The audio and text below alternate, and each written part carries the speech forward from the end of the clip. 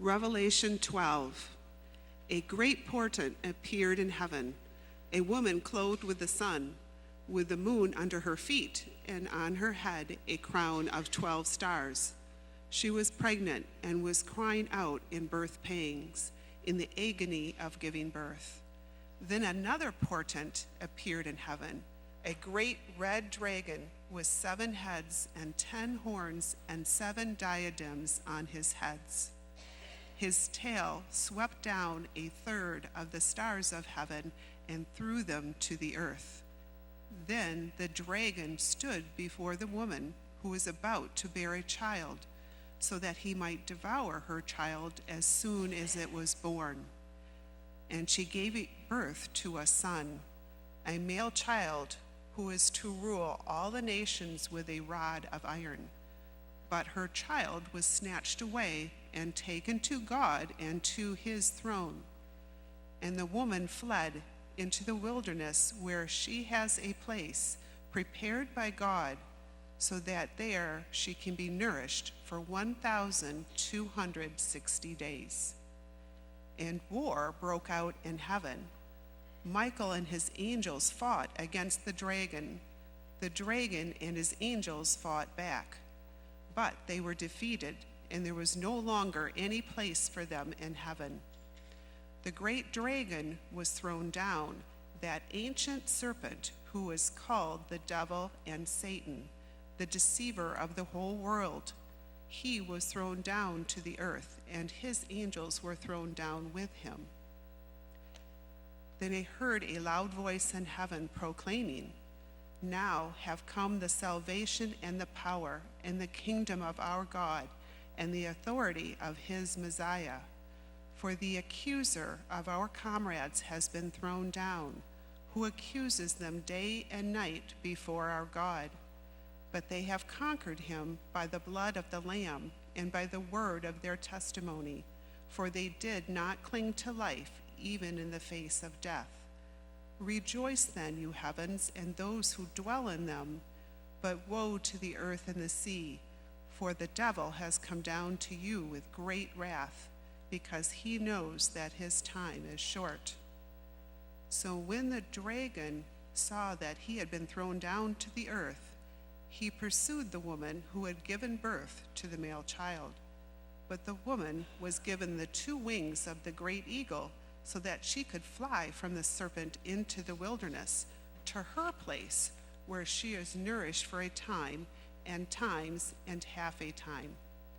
Then from his mouth the serpent poured water like a river after the woman, to sweep her away with the flood. But the earth came to help of the woman. It opened its mouth and swallowed the river that the dragon had poured from his mouth. Then the dragon was angry with the woman and went off to make war on the rest of her children, those who keep the commandments of God and hold the testimony of Jesus. The first beast. Then the dragon took his stand on the sand of the seashore. This is the word of the Lord.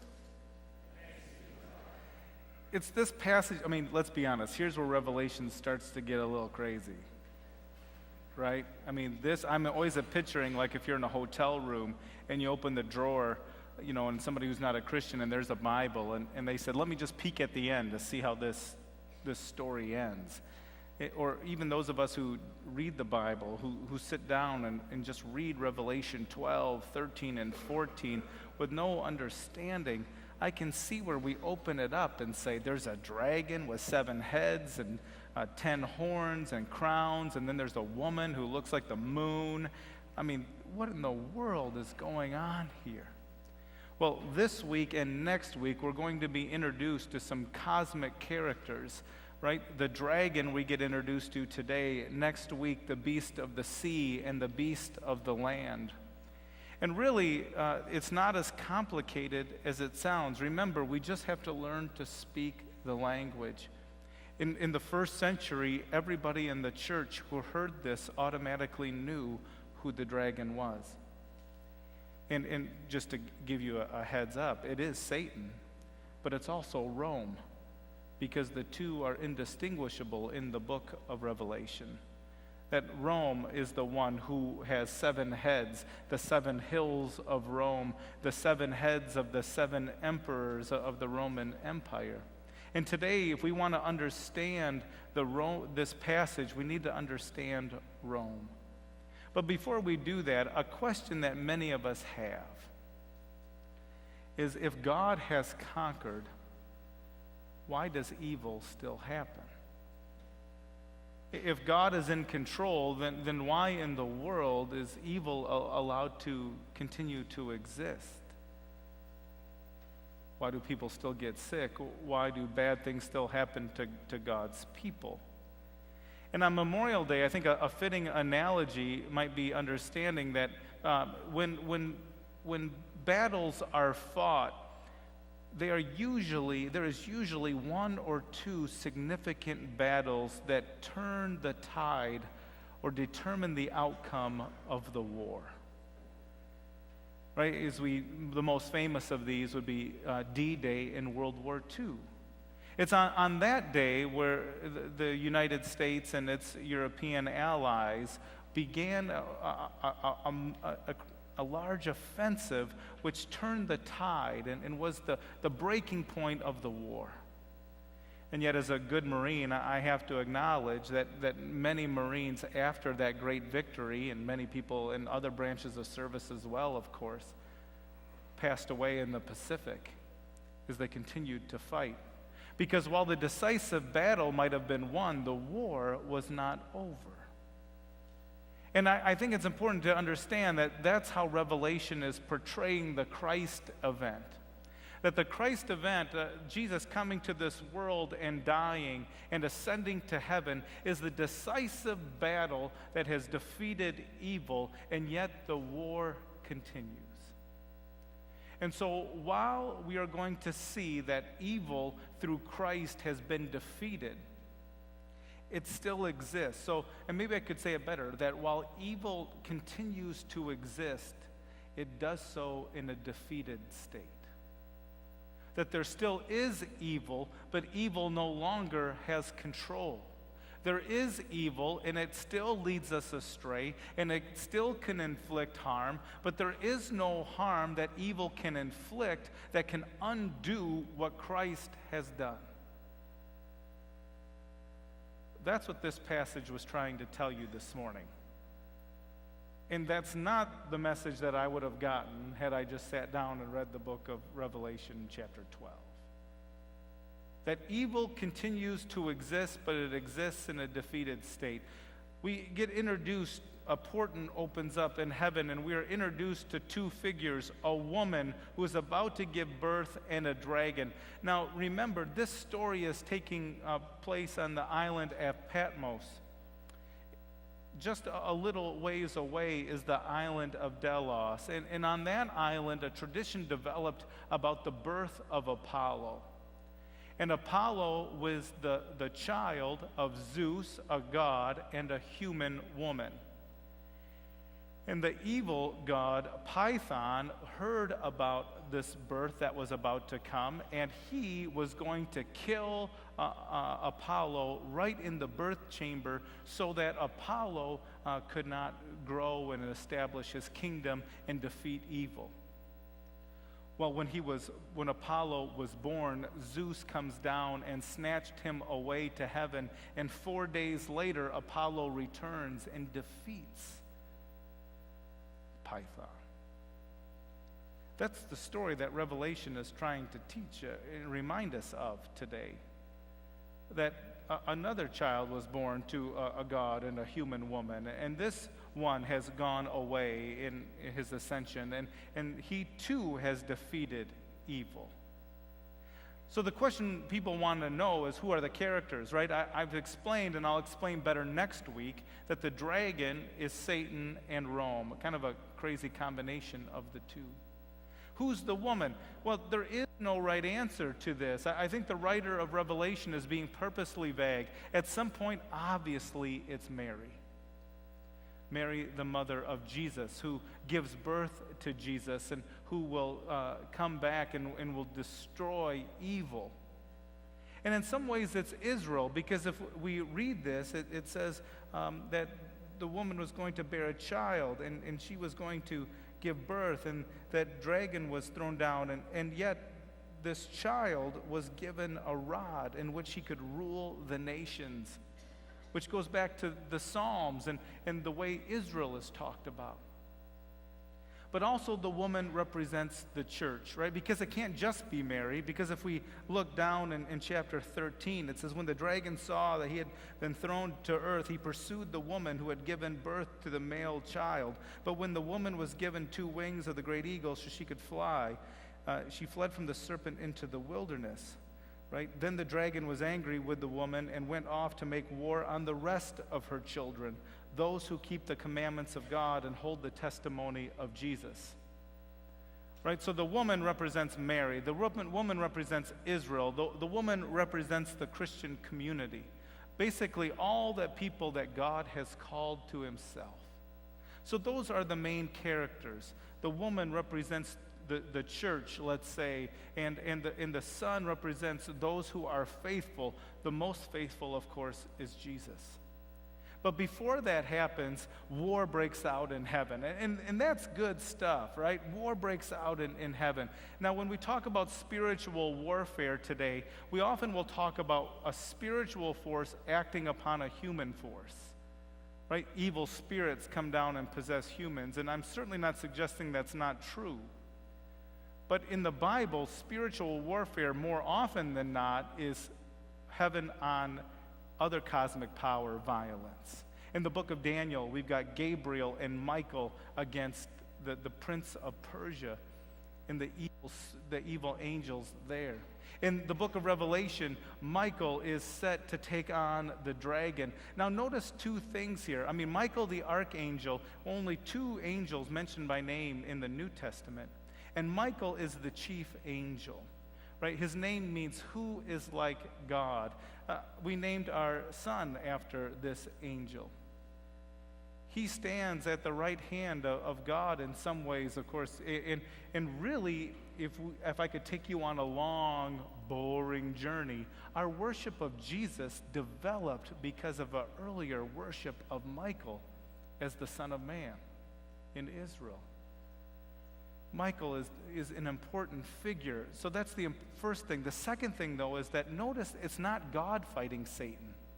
Sometimes I think that our understanding of the world is in our understanding of spiritual warfare has really been developed almost in the Cold War era, where you have a good power and an evil power, depending on which side you're on, and those two fight. But in reality, God is in control of everything. If God wanted to, he would just destroy Satan immediately. Now we can ask, why don't you? But in this case, he sends Michael to make war on Satan. And Michael, as the field general, and his angels battle against the dragon and his angels. It's not much of a battle. The good news is that Satan and his angels are kicked out of heaven. That's the good news. The bad news is, of all the places in the universe Michael could have kicked that dragon, he sends them here. Thanks, Mike. Right?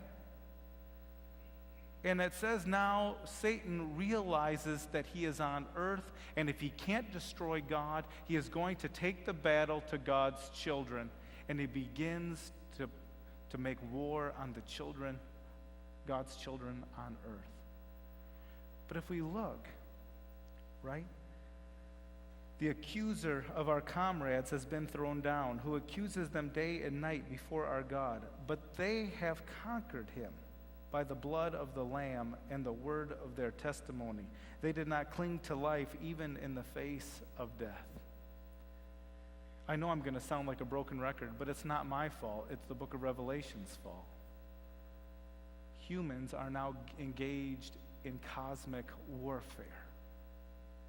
And when you read certain literature about cosmic warfare, you think about putting on the armor of God. You think about going out to battle. You think of people yelling at demons, and you think about people engaged in this kind of almost violent, at least rhetoric against Satan and his enemy and his people, his angels. But in reality, the victory has been won. Christ has already defeated evil. And therefore, it says that humans are now engaged with Satan in a cosmic battle, and humans are successful in this battle, not when they puff up their chest, not when they throw down with Satan, not when they take on Satan. You're taking on a defeated enemy. Humans are successful against Satan when they persevere, when they're faithful to God, even to the point of death. The best way to fight evil is to follow Christ. Now, in the Reformed tradition, we don't talk a lot about evil or evil spirits, but other friends of mine talk about evil way too much. Because Christ has defeated evil, and we defeat evil when we are united to Christ. And so here again, they have conquered him. Humans, the followers of Jesus, have conquered Satan by the blood of the Lamb, by the word of their testimony, and they did not cling to life even in the face of death. Rejoice then, you heavens, and those who dwell in them, but woe to the earth and the sea, for the devil has come down to you with great wrath, because he knows his time is short. Satan then pursues the woman, the church, and begins to make war on her, and the church is saved by God.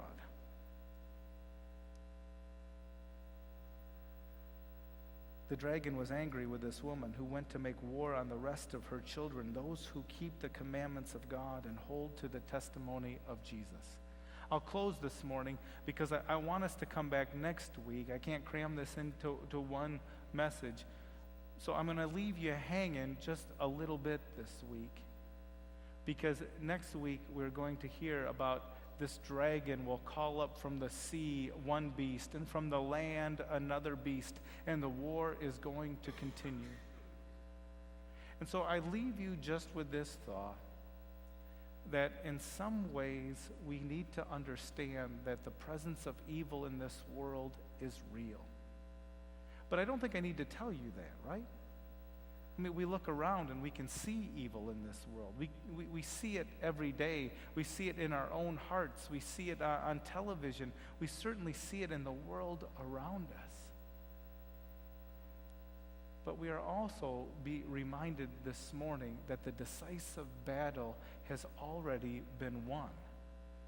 That Christ has conquered this Satan. And because Christ has conquered this Satan, we too have authority over Satan. Not because of who we are, but because we are united in Christ. And if we remain united with Christ, if we remain faithful to Christ, evil can torment us, evil can take things from us, evil can do what it wants to us, but it cannot destroy us, because it cannot destroy Christ, and we are Christ's. So like the rest of the book of Revelation, this morning I want to leave you with hope. Hope for those of you who feel like Satan has his arms around your throat and is choking the life out of you. Those of you this morning who feel like there's an evil in your life or in your family that you are never going to shake. For those of you who fear for this country, for those of you who fear for this world, have hope. Because behind all the stories of the beasts and the heads and the horns and the crowns and the monsters and whatever, it's a simple message. Christ has conquered. Be faithful, and you will conquer too. In the name of the Father, Son, and Holy Spirit, amen.